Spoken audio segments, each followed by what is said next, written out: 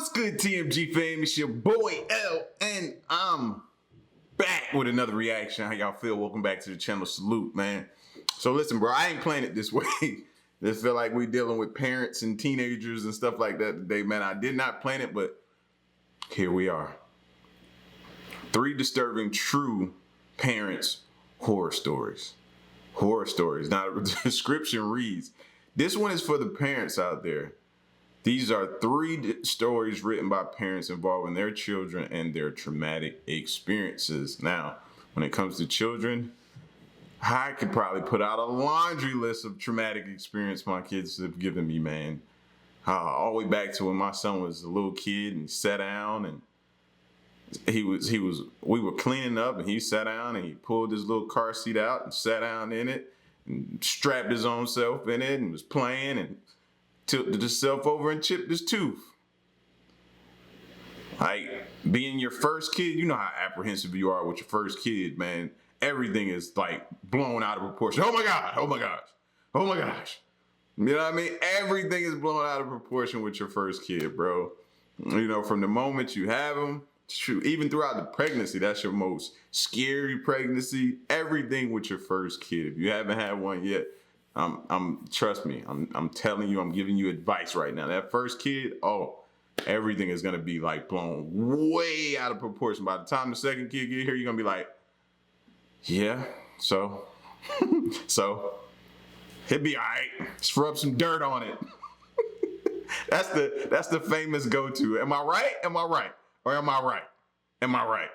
Yeah, you know it. By the time that second kid get here, it's almost like you're like borderline neglecting him. You're like, he all right. Man, he can wear them hand-me-downs. Oh, man, you better sleep it off. Crying ain't never hurt nobody. These are all the famous sayings, bro. But we're going to get to this video, man. So if you're new to the channel, hit the subscribe button, join the fam, and make sure you do one little thing, man. We just need you to do one little thing. And that's run the likes up, baby. Let's go.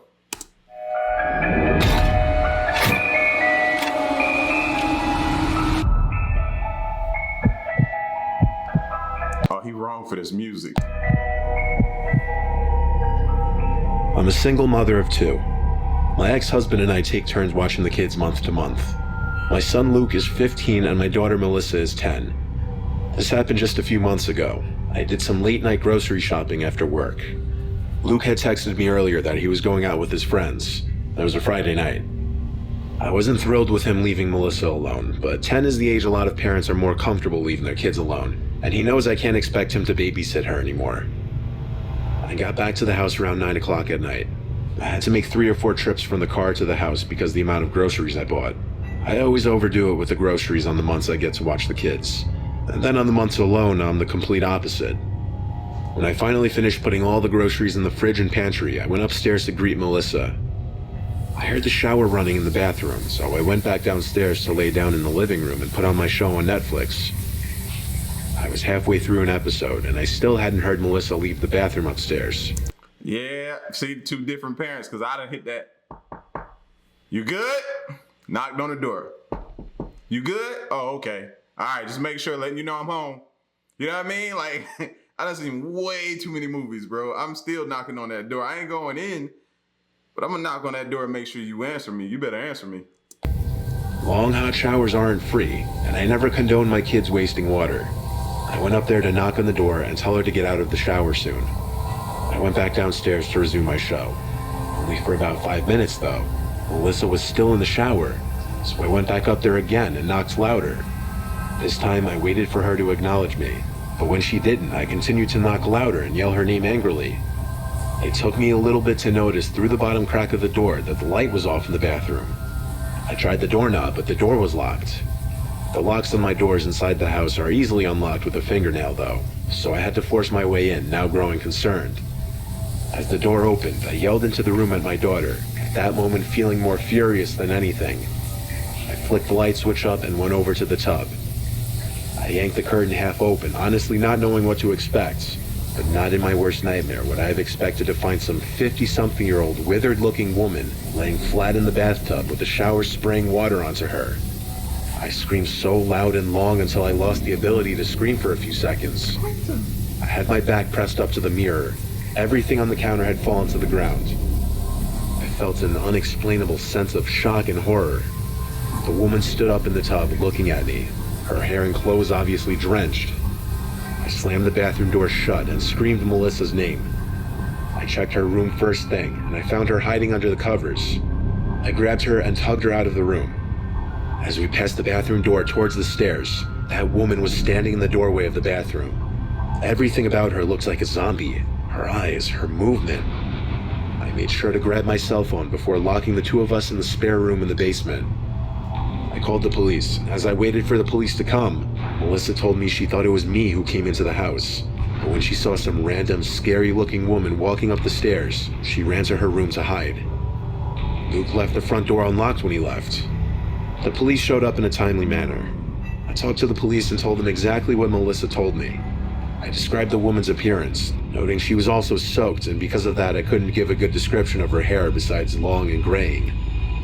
This was all after making sure the woman was no longer in the house. Not under a bed, not in a closet, not behind a shower curtain. She simply left the house as easily as she entered. It's likely she was drugged out of her mind. I'd never seen someone who looked like they were literally lacking consciousness yet still walking. I don't even know if I would have been able to press any charges on her if she was found, which she wasn't. And don't you worry, I properly scolded and reprimanded Luke. Always remember to lock your doors. With that being said, lock your doors. Pause the video. Lock your doors and lock your windows. Make sure everything's battened down. My bad. My bad. Now, that's tough right there, bro. I'd have lost my mind. My daughter, some strange woman. One of us wouldn't have made it out of there alive. Number two, man, got it. Boys, I was once young at that point in time, man, and we don't be thinking. I have to repeatedly go behind my boys. Lock the door, lock the top lock, bottom lock. So they'll go out, they'll take dogs out, come back in, leave the door unlocked. Just careless, you know what I mean? Just careless. Because they so focused on something else or getting back to what they were doing or their phone or something like that, and they'll forget. That has got to be a horrific feeling, bro. And I know a lot of people when she went upstairs and was like, well, she didn't notice the light being off in the bathroom. No, you're not going to always notice that. And at the same time, I'll admit, I don't always turn the light on when I go in the bathroom and take a shower, especially if it's during the day. What I need the light on for? I go in there and take a shower, man. I got a window in my bathroom so it gives enough light. I don't turn the light on. So I know some people was thinking that when they heard that part.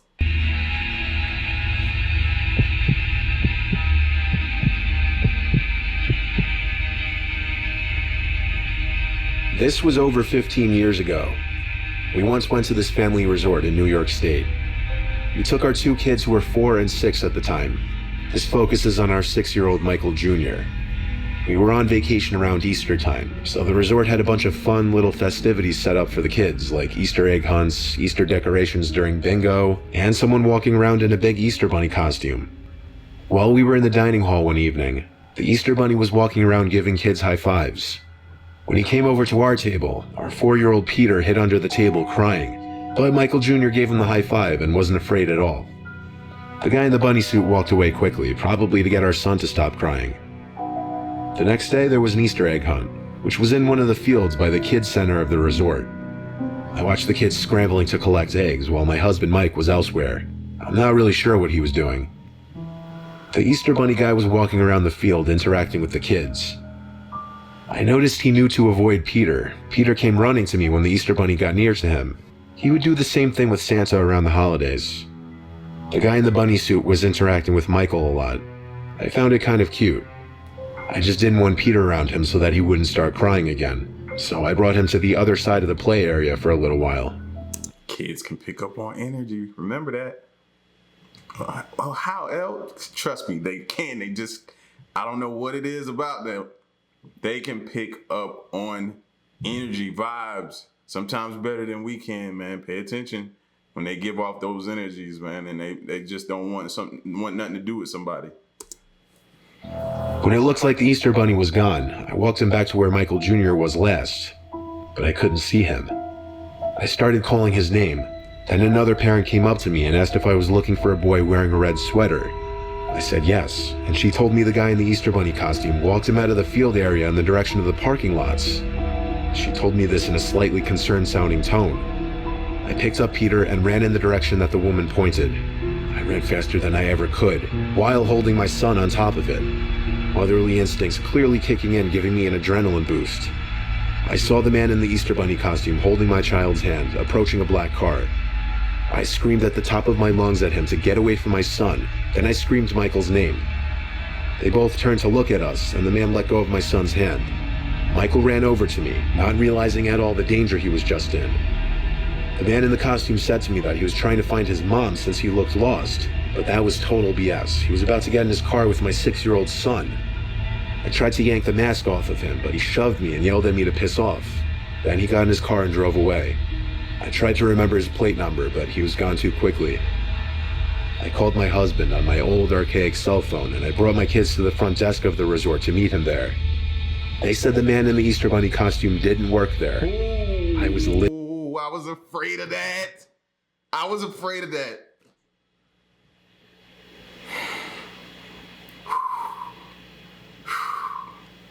Cause he'd had to die. Ain't nothing he could have said to me if that had been me, lady telling me the bunny man just walked. I ain't calling him no. The bunny man just walked off with your child. As soon as I'd have got a hold of my kid, I'd have got a hold of him. And boy. Next stop would have been a cell for me. Livid, yelling at the front desk workers the whole time, who were apparently aware of the man, yet didn't stop him or question him. We threatened to sue the entire place. They ended up refunding us for our entire stay, which we gladly accepted. But I was mere seconds away from losing my kid forever. And that don't often happen. She lucky. Most time, by the time she run towards the direction of where they went, they're gone. And you never see your kid again. Like, that was a fortunate, lucky situation. Whew. Dang, that one got my palms sweaty. Yeah, man. Because you know in your mind how bad that could get. You know. And that could have been anybody.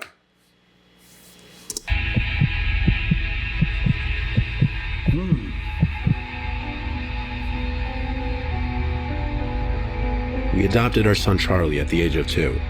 He's aware that he was adopted. We were honest with him about that ever since he started to learn to speak. He's now 7 years old. We don't have any children of our own because my wife can't have kids. Somewhat recently, my wife and I started noticing very strange behavior with Charlie.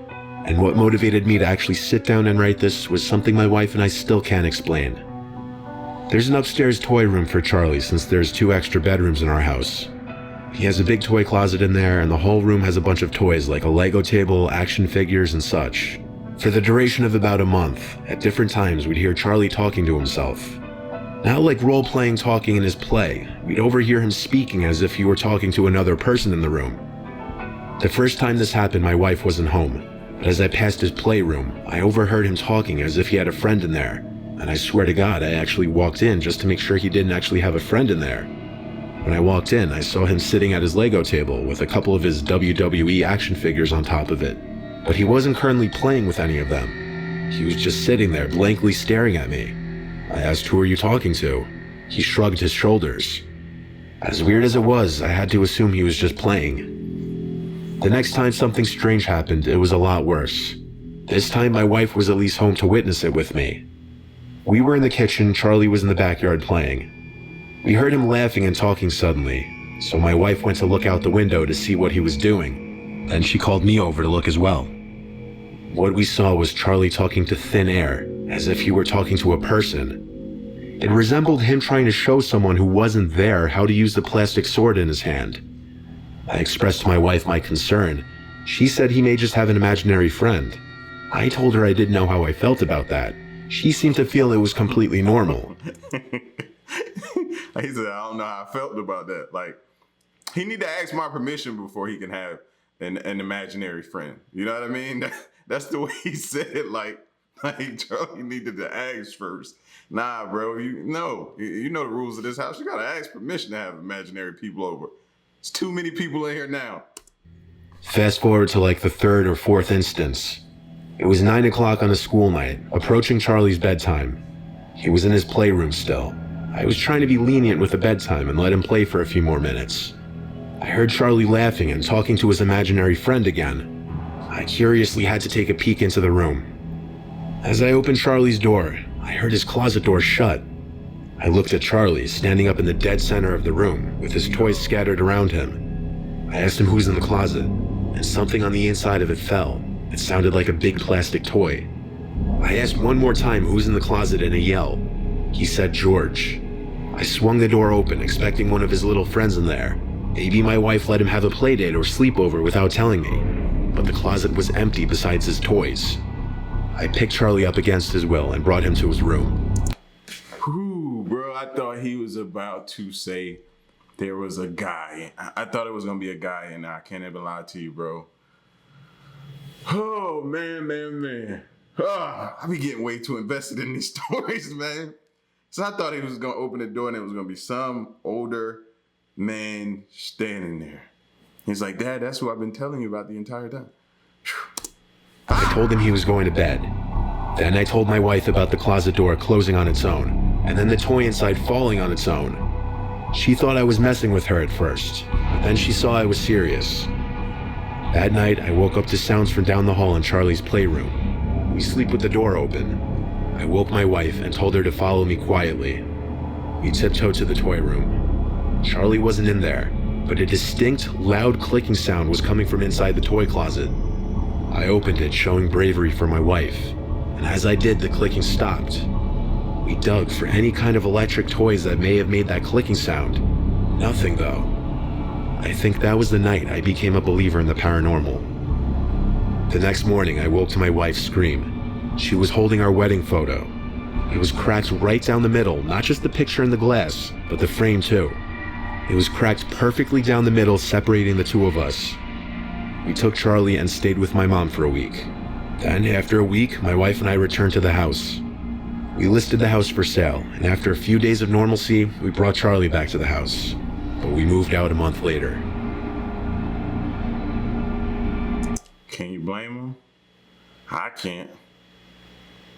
Yeah, I don't know. And I hope it ain't following Charlie, because then me and my wife gonna have to sit down. We're gonna have a real tough decision to make. Whether or not Charlie goes to the next house with us after we move from this one. Yo, we gotta have that conversation, man. You know, if we move and it follows us, and we gotta start evaluating the people that's here and who could possibly be bringing this spirit around. And it's Charlie, unfortunately. So, well, you know, we need to talk about, is he gonna move with us to the next one? Nah, y'all know I'm just tripping though, but that's crazy, man. I'd definitely be believing in paranormal after that. It had me around there thinking my mind going crazy and it's playing tricks on me. Nope. Thank you. I never had to deal with something like that. My kids never had an imaginary friend. They grew up together around the same age, so they had each other. No need for the imaginary. Crazy, man. Y'all experience something like that? Whew, I feel for you. I know your stress level was high, you know? But y'all get at me in the comment section, man. Let me know what you think. Leave a like, share the video, subscribe, and stick around and stay tuned until the next reaction. I'm gone. Hey.